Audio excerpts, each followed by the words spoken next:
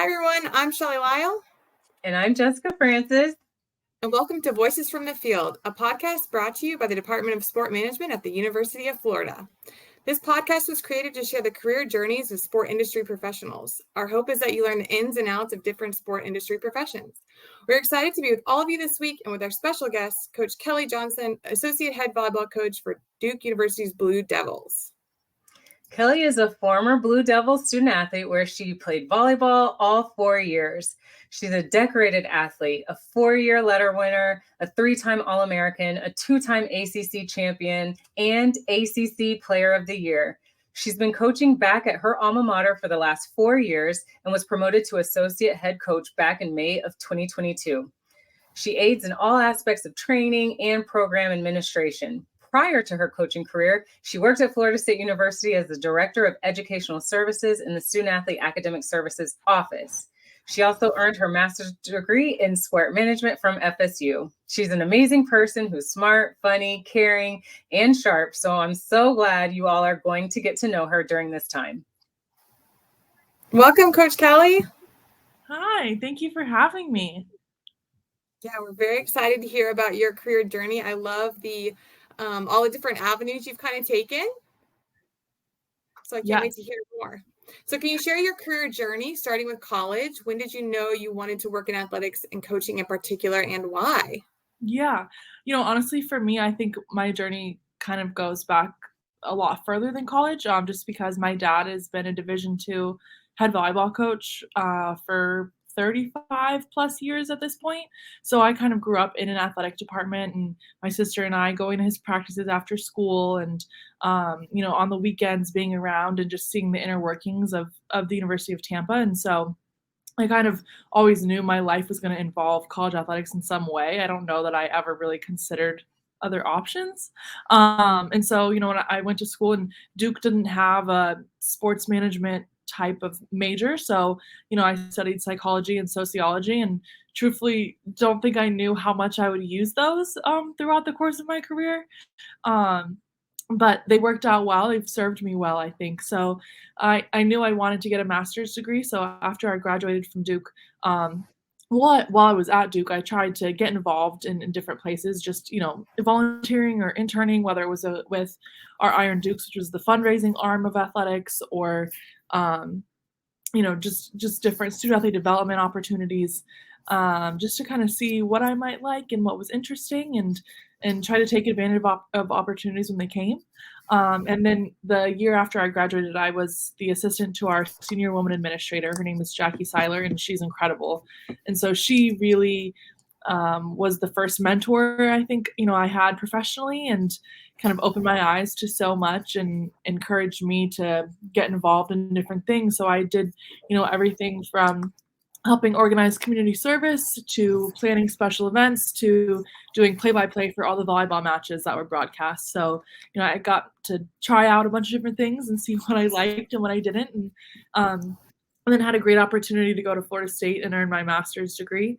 And so I did that. And then I stayed on staff full time for the next 4 years. So I was down there for 6 years. And then my former coach, who's now my boss, Coach Jolene Nagel, she called and said, I have a position open. Do you have any interest? And my husband was like, well, now's the time if we're going to do it. So we did it. We made the move in June 2019. I became the assistant coach here and been here ever since. So. That's awesome. And it's cool to see you being in different spaces, kind of pivoting, because I think sometimes people think it is challenging, right, to go from academic side to coaching again, but also possible, which is great. And I think sounds like you impact athletes. Your heart behind what you do and why you do it is similar and can be used in coaching and in the academic services piece. Mm-hmm. Yeah, for sure. So in your current position, what are your daily duties and roles? Yeah. So, my husband's also in college athletics, and I always joke with him because he'll come home and he'll be like, coaches are so frustrating sometimes. And I know I felt that as a support staff member. Was like, we just talked to them about this. How do they not remember? And now that I'm on the other side, I'm like, oh, I get it now. Like, yeah, I should have given them a little bit more grace. Like, because it's hard days are all over the place. For me, I do a lot of the administration piece, so I'm with planning practice and running practice and that stuff. And then we have our scouting responsibilities and helping with recruiting and those kinds of things. And then the day-to-day piece, helping to organize travel, which now has been taken over by another staff member, which is awesome. And just little things like being the liaison with our academic office, or sports information, or talking to social media people, and then I spend a lot of my time on the relationship piece with our student athletes. So whether it's weekly coffee with somebody or just checking in, but I've tried to create a space where they feel safe, and they can come and talk and hang out. And there's been a lot of tears over the years, because college is hard and the experience is hard. And so I think that's the part of my job I take the most pride in, for sure. But, I think what I enjoy about coaching is, one, getting to wear gym clothes to work every day is great. But, two, just no 2 days are the same. And there's just so much happening and so many different things to be involved in that it's really fun. That's awesome, Kel. And I'm not even surprised that you're connecting with your girls the way you are, your women. So you've held different leadership positions throughout your career. How would you say you've evolved as a leader, as an innovator, and just someone in your industry? I think for me, it's been about finding my voice. And I think that I felt that in all the different positions I've been in. I was really lucky the first year I worked at Duke right out of college to be surrounded by some really strong women who were great examples for me. And then, again at Florida State, had the same thing, and then, came to Duke and felt a little bit more secure, but also was like, I'm coaching and I've been out of volleyball for 6 years, and it took my coworker saying, you have an advantage that so many of us in coaching don't have, because you understand the other side of the student athlete experience. Like, you spent, 6 years with a different perspective, and you can bring that, and that's your superpower in a sense. And so that really helped me reframe, because I think, there's a confidence piece that sometimes is hard, especially in coaching. It's a rat race, so to speak, and there's a lot of ego and all kinds of things involved. And so I think for me, it's been about finding my voice and establishing my vision for what the program should be, and what kind of coach I want to be, and what kind of relationships I want to build, and how I want to be known, and how I want Duke volleyball to be known. And so I think that is probably for me the way I've evolved. I also, going back, because I realized I didn't talk about the challenges in the last question Shelly asked, but I think that's also been a challenge, because I think that stuff evolves all the time. And I think part of the challenge is establishing the boundaries of what is acceptable and not acceptable. And sometimes you have to have tough conversations with support staff, or with recruits, or with current student athletes. And so conflict's never been my forte. So for me, I think, the finding my voice piece, and then being able to use that to establish boundaries and protect our brand and protect our student athletes above all else, has probably been the challenging piece. That's so great. And I think very, very relatable, especially for a lot of our listeners who will be kind of entering this world. And so I think that's encouraging to know that if you don't feel as confident, that's okay. It's something that can evolve over time, and that you can find your voice. So I really appreciate that. I guess in that same light, what's one thing you wish you had known when you just started out your career? Ooh, I wish I had known that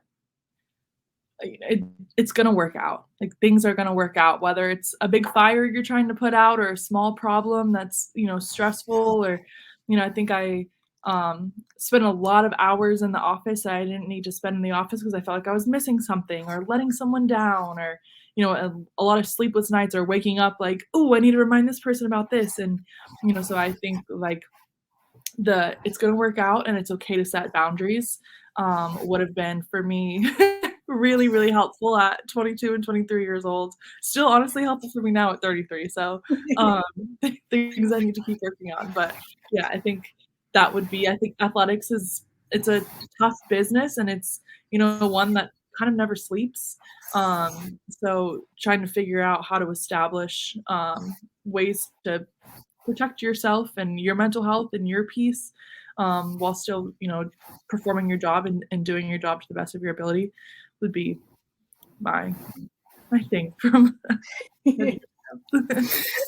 Yeah, I love that, because it's so true, right? Like, it doesn't sleep. The industry literally, like, the next morning you wake up and D1 Ticker is telling you about the new conference change or the next NIL phase, or, and that's not even involved in your day and day athletes and your own university. So yeah, that's awesome that you're already learning that and like seeing that as well, because I think, having worked in the industry as well, just knowing some coaches don't get there till far later, when it's unfortunate because it's because of a burnout or because of something health wise.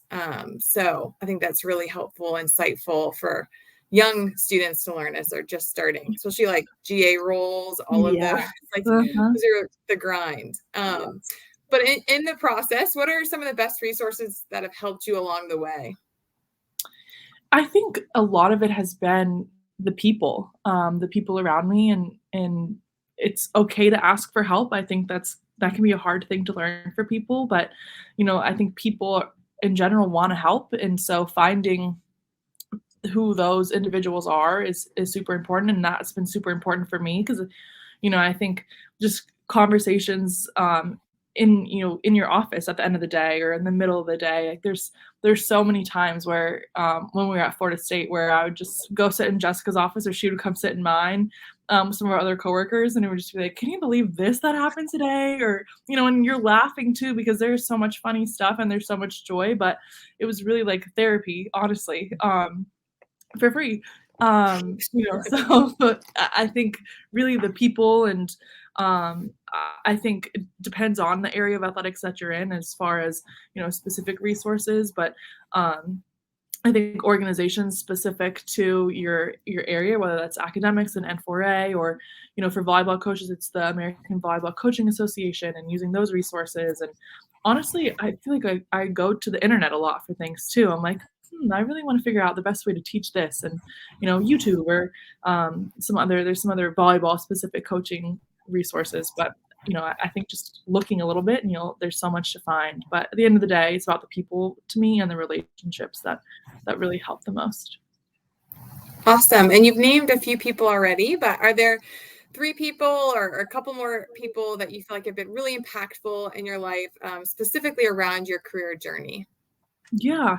I think the first person to me that comes to mind is my dad, just because he's been so successful where he is, and he's been so humble about it. Like, he would be horrified if he knew I was talking about him right now. So, I think just watching the way he's worked and his work ethic, and how he's, built his program and sustained success, I think has been awesome. And now that we share a profession, it's so fun, because I can just call him and be like, what do you think about this? Or did you see this? Or can you put eyes on this prospect for me? So, I think just different conversations about work, and he's helped me, I feel, grow my position that I'm in now, and my program that I'm part of now. And so I'm super grateful for that. And Jackie Seiler, who I mentioned earlier, she gave me my first opportunity, and really, I feel like so much of the way I operate is based on things I learned from her. And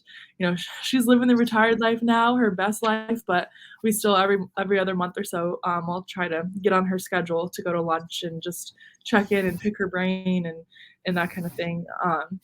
But she really taught us to empower women, and kind of the lift as you rise mentality. And so super grateful to her. And then I think my boss now, Coach Nagel, she allowed me this opportunity twice to come as a player and as a staff member. And so she was a female head coach back in the 90s, when there weren't many female head coaches, and so she's sort of a trailblazer in that sense, and has kind of shattered more glass ceilings and paved the way for a lot of more young female coaches, and so I think those 3 people are the ones that stand out to me the most right now. That's so powerful. And you and your dad are so similar because you're just as humble. And I didn't mention this, but for all the people that are listening, Kellie's dad is how many national championships has he won? 4. He's at 4 right now.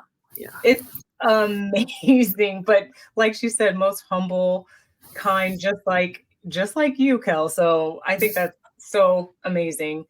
So a lot of things have happened over the years, even external things like COVID and just all kinds of factors have played into different industries. So how have you seen your industry change over the past 5 years or however long you've been coaching? And then where do you see trends going? Yeah.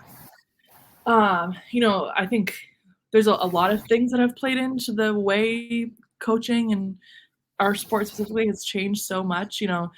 COVID literally gave, additional eligibility. So the student athlete landscape has changed, and the transfer portal has been active, and that changes things. And so those 2 things, I think, change the opportunities available to student athletes. And, I think it's kind of had a tougher ripple effect probably because, the best players in the NCAA getting a 5th year and experienced players, and teams are taking those individuals over, an 18-year-old that's coming out of high school. And so it's been interesting to see. And, hopefully things settle as we get to the end of the extra COVID eligibility era. I think this is maybe the last year, but I think that's one big way. I think the explosion of social media and it has really impacted the student athlete experience and also the way that we recruit. We rely heavily on that to build our program brand, to build our brand, our student athletes to build their brand, and for us to figure out if a prospect might fit into our program's values and what that looks like. And so I think that's been huge. I think it's also been tough on student athlete mental health because as much as we say, don't compare, comparison happens. And also people will say anything behind the keys of a phone or a keyboard. And so, it's, I think, tough for student athletes, especially high profile student athletes right now, to separate and, understand that what some of those people say has no value and no bearing on who you are and what you're capable of. And so I think that's tough. And then I think NIL has been not quite as huge in our sport, although volleyball has been one of the top grossing female sports, right up there. Volleyball and women's basketball, I think, are the top 2. But I think that's going to continue to have impact on the sport and, on the recruiting piece. And, if you have these big name programs that are going to get access to, more money and more deals and more resources and stuff like that, I think it makes the rich a little bit richer, and, the mid majors and they struggle a little bit. And then I think the conference realignment is probably the last thing that's, it's all so unsteady right now. But to me, that really has an impact on student athlete welfare. You think about USC and UCLA joining the Big Ten, and, I keep hearing like the Rutgers team can get to Europe sooner than they can get to LA to play those teams in their conference. And how does that impact student athlete welfare? And you have those kids out west flying across the country every other weekend. And, I know it's about money, but sports like volleyball aren't necessarily charting everywhere. And, it's easy for football and basketball to get on a private plane and go, but when you're flying commercial, it's a little different. So, I think there's going to be some tough things. And, I hope it doesn't lead to sports being, cut at some of these big institutions, but it's not out of the question. But it will be interesting to see. It's, I think, tough for us too to plan for the future when we don't know, maybe what the ACC looks like or who's part of it or any of that stuff. So hopefully things will settle down. But that's a way, way, way above my pay grade. So I'll just go where they talk. Oh, very interesting. I assumed NIL. I mean, I feel like that's the hot topic right now. I assume the transfer portal, but all the rest it hadn't dawned on me. So that's really good insight. As you've navigated through your career, have you experienced any setbacks? And if you have, how did you overcome them? Yeah. I think for me, one of the biggest setbacks, in a sense, has been just the burnout. I think I really experienced that at Florida State because I think we were in a job where we were relied on so heavily, not just for the academic support piece, but for real life things. And I think, we really often felt the pressure of trying to help these 18 to 22-year-olds navigate life when we were only a few years older than them, or, and so I think, those moments of the relationship building, or, if you have a 300-pound lineman sitting in your office near tears and you're like, well, what do I do right now? I think those moments are defining in a sense, but also, they start to build, and I think can lead to burnout, especially when, you maybe don't feel supported all the time, or you feel like you're beating your head against a wall sometimes with, trying to get your real job done and not necessarily having the power to make sure things are happening. So, I think for me, the burnout piece of working so many hours and feeling maybe underappreciated, which I think a lot of people, especially in college athletics, especially at GA and intern and entry level positions, feel.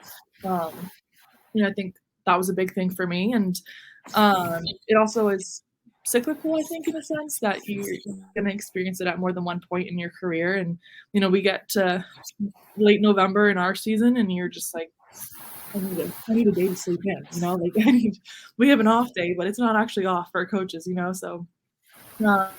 So I think trying to find moments of rest now where I can has been a big thing that I've done, recently in my career that I didn't do early in my career. I just full on switched professions a little bit, so I recommend that as a remedy for burnout, but it worked. So I think just establishing the boundaries again, and finding those moments of peace, and whether it's reading for you or walking or doing something, but how can you put away work, put it aside, and find that space for you to recharge a little bit. Yeah, it's interesting too, because I think people forget the relational piece.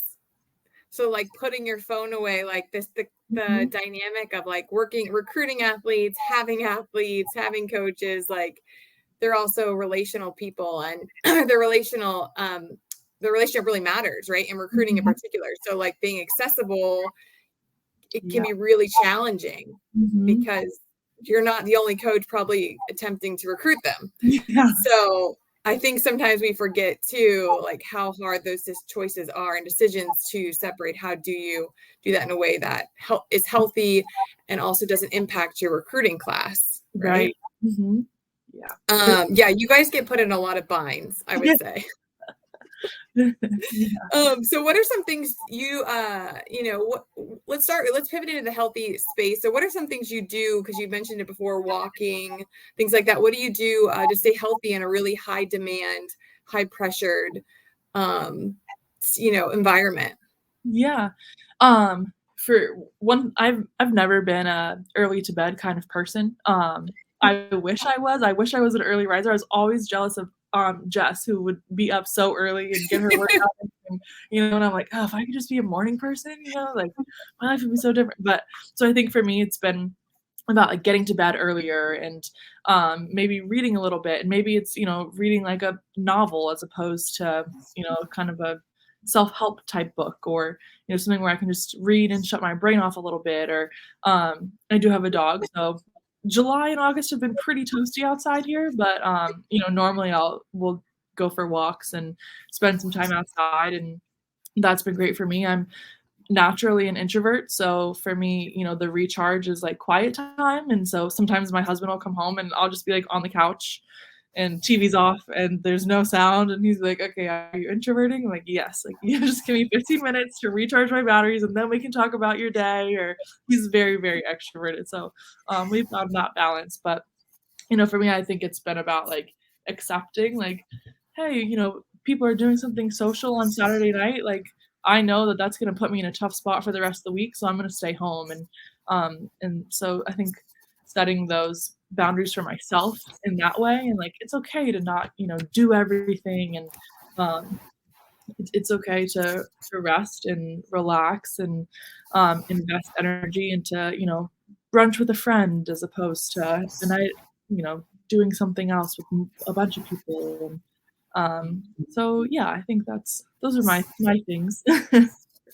Awesome. And you've mentioned boundaries quite a bit, and you've mentioned, knowing how to kind of, stay in the know of what's going on in the industry while impacting your athletes. What are other important things students should consider when looking into college coaching?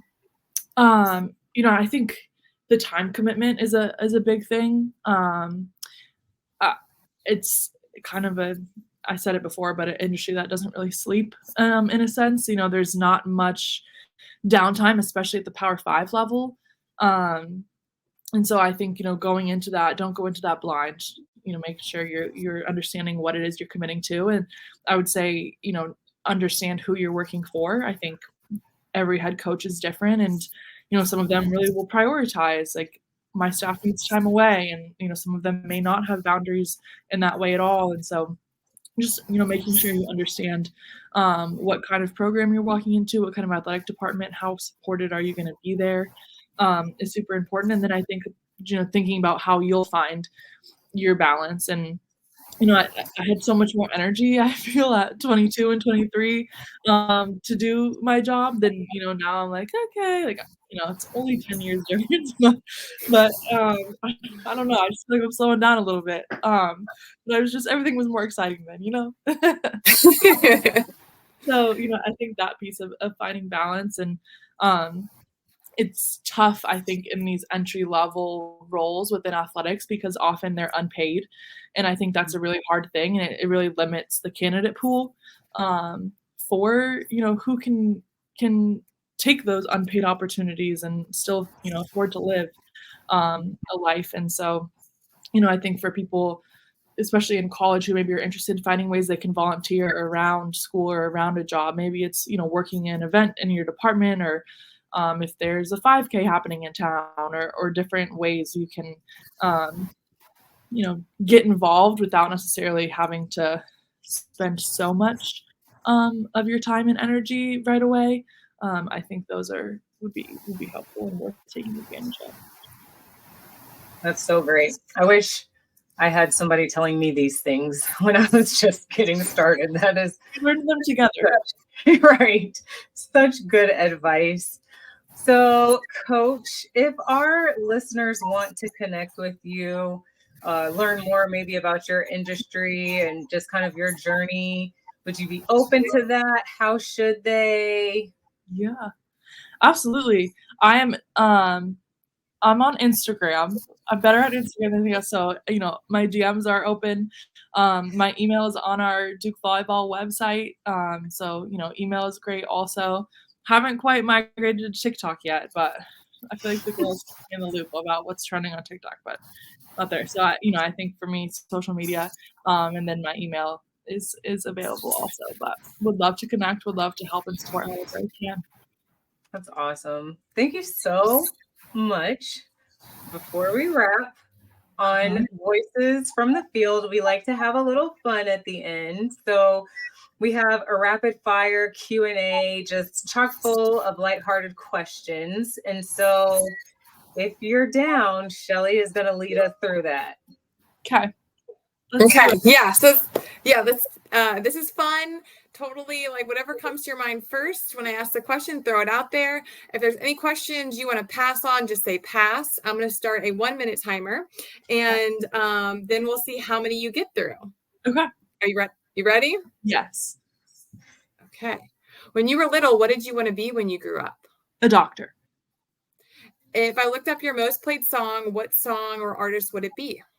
Ooh, Probably John Legend right now. Yeah, Conversations in the Dark specifically. Favorite sport to play? Volleyball. What's the worst haircut you've ever had? Ooh, bangs. Favorite holiday? Christmas. Name 2 daily habits. Ooh. Always putting lotion on before bed. That's it. Favorite zoo animal?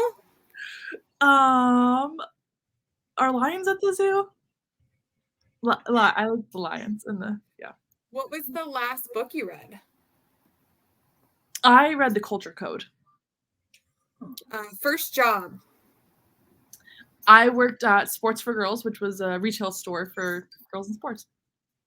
Awesome. And last question, mountains or beaches? Mountains. Awesome. Thank you. Good job. Thank you. Kellie, you are so funny. You're like lotion before bed. That's it. I'm not sure there's I was like brushing my teeth. I was like, everyone does that. I can't say that. You did great. That was great. Well, Kellie, thank you so much for joining us today and taking the time to share your professional endeavors with us and our listeners. I'm certain that the University of Florida Department of Sport Management students, faculty, and alumni appreciate and value your thoughts today. So for everyone listening, please follow us on Twitter, I guess now it's called X, and Instagram and Facebook. We're at UFSPM. And we are your hosts, Jessica Francis and Shelly Lyle. And go Gators.